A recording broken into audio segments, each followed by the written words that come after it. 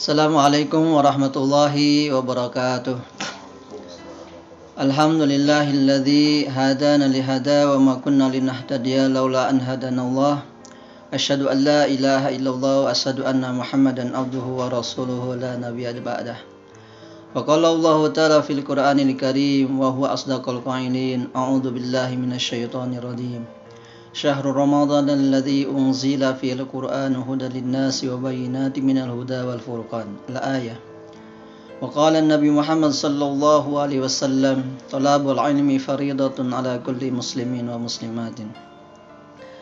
Alhamdulillah wa syukrillah, puji syukur kepada Allah Subhanahu wa taala, di mana Allah Subhanahu wa taala senantiasa memberikan kepada kita kenikmatan iman dan Islam, dan terutama kenikmatan sehat. Alhamdulillah kita bisa melaksanakan kewajiban kita sebagai hamba Allah Subhanahu wa taala, yaitu melaksanakan salat sunat tarawih dan melaksanakan ibadah puasa.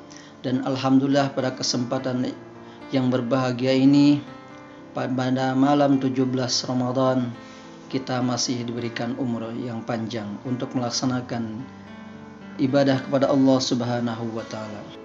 Pada malam 17 Ramadan ini merupakan malam yang agung, malam yang penuh berkah, malam yang penuh dengan peristiwa sejarah bagaimana umat Islam pada zaman dahulu sampai sekarang mendapatkan keberkahan dari Al-Quran Karim.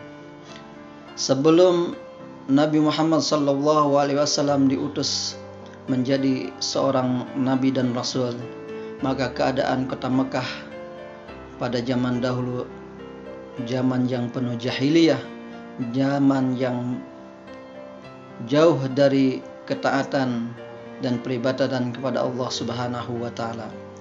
Maka dengan diatusnya Rasulullah sallallahu alaihi wasallam dan berdepatan pada hari itu adalah tanggal 17 bulan Ramadan, maka Allah Subhanahu wa taala menurunkan Al-Qur'an yang diwahyukan. Al-Quran itu yang berada dari Lauhil Mahfud diturunkan sekaligus ke Baitul Izzah, kemudian dari Baitul Izzah diturunkan secara berangsur-angsur melalui malaikat Jibril, diturunkan kepada Nabi Muhammad sallallahu alaihi wasallam. Maka dengan demikian peristiwa nuzulul Quran ini adalah merupakan peristiwa yang sangat besar, peristiwa yang sangat agung yang diberikan kepada Nabi Muhammad sallallahu alaihi wasallam, dan khususnya untuk umat Nabi Muhammad sallallahu alaihi wasallam, yaitu diturunkannya Al-Qur'an.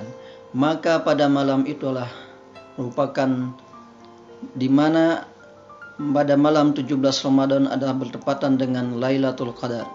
Maka Lailatul Qadar merupakan sebaik-baiknya hari 1000 bulan, yang dimana ketika beribadah itu adalah merupakan ibadah bagaikan kita beribadah 1000 bulan.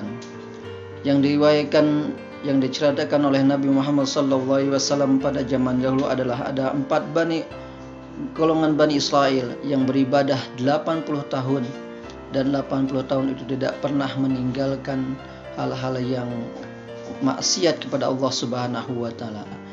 Maka ketika diceritakan hal ini kepada Rasulullah sallallahu alaihi wasallam, maka Nabi sangatlah heran dan umat-umat pun sangatlah heran. Maka kata malaikat Jibril, ada yang lebih baik daripada itu, yaitu beribadah 1 hari bagaikan beribadah 1000 bulan, yaitu bertepatan dengan diturunkan Al-Quran pada malam 17 Ramadan, yaitu pada malam Lailatul Qadar.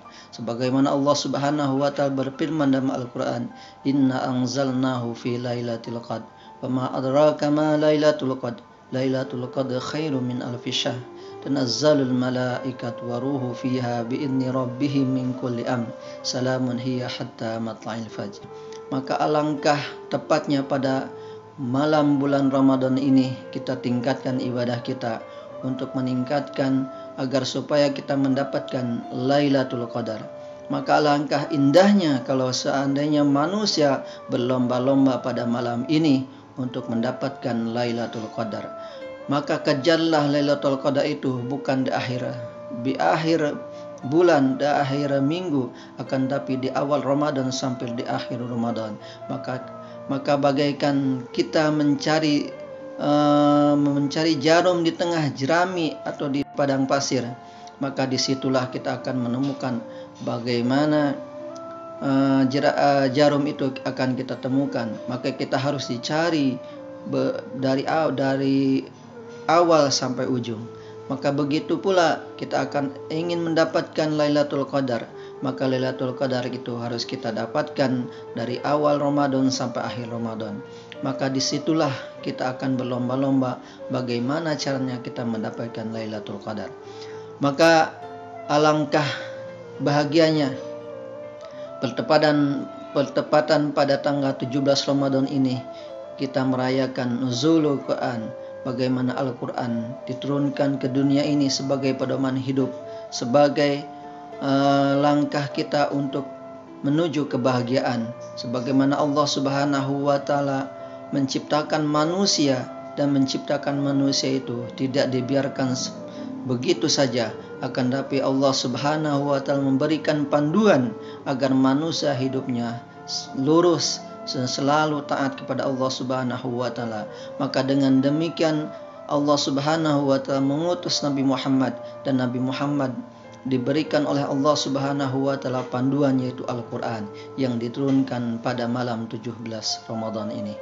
Maka dengan demikian Al-Quran yang seharusnya kita baca, yang seharusnya kita pahami, maka alangkah baiknya Al-Quran itu kita baca dan kita pahami, dan kemudian kita amalkan untuk mendapatkan kita keridhaan dari Allah Subhanahu wa Ta'ala.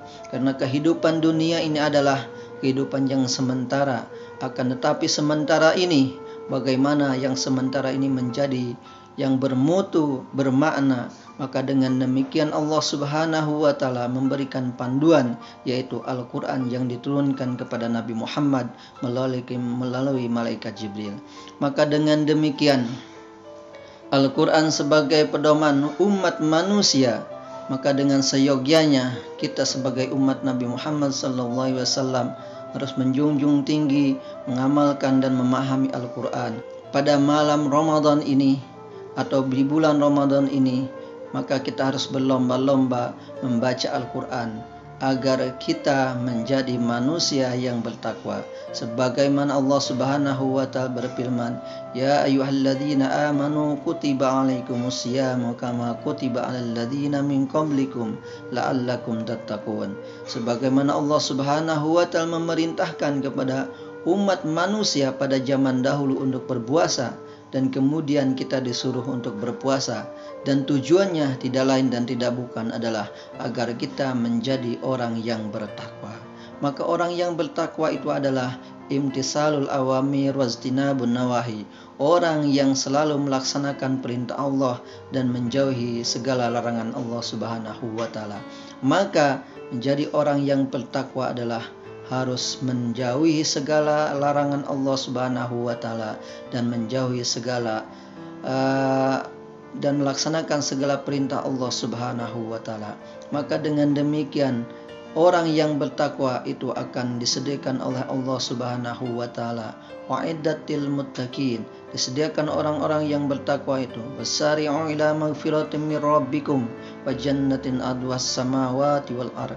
Maka bagian bagi orang-orang yang bertakwa, bagiannya adalah surga, dan surga itu luasnya bagaikan langit dan bumi, dan hal itu disediakan bagi orang-orang yang bertakwa. Maka jadilah kita ini harus menjadi orang yang bertakwa, mengikuti segala perintah Allah, melaksanakan segala perintah Allah, mengikuti segala apa yang disampaikan Allah Subhanahu wa Ta'ala melalui Nabi Muhammad, dan Nabi Muhammad menyampaikan kepada kita semua agar kita menjadi orang yang bertakwa. Maka dengan demikian marilah kita sama-sama untuk menjadi orang yang bertakwa. Jadilah kita menjadi orang yang bertakwa, yang selalu taat kepada Allah Subhanahu wa Ta'ala. Maka dengan demikian hikmah diturunkan nuzulul Quran, maka kita harus senantiasa menjunjung tinggi Al-Quran, memahami dan memaknai serta mengamalkannya dengan sebaik-baiknya agar kita menjadi orang yang bertakwa.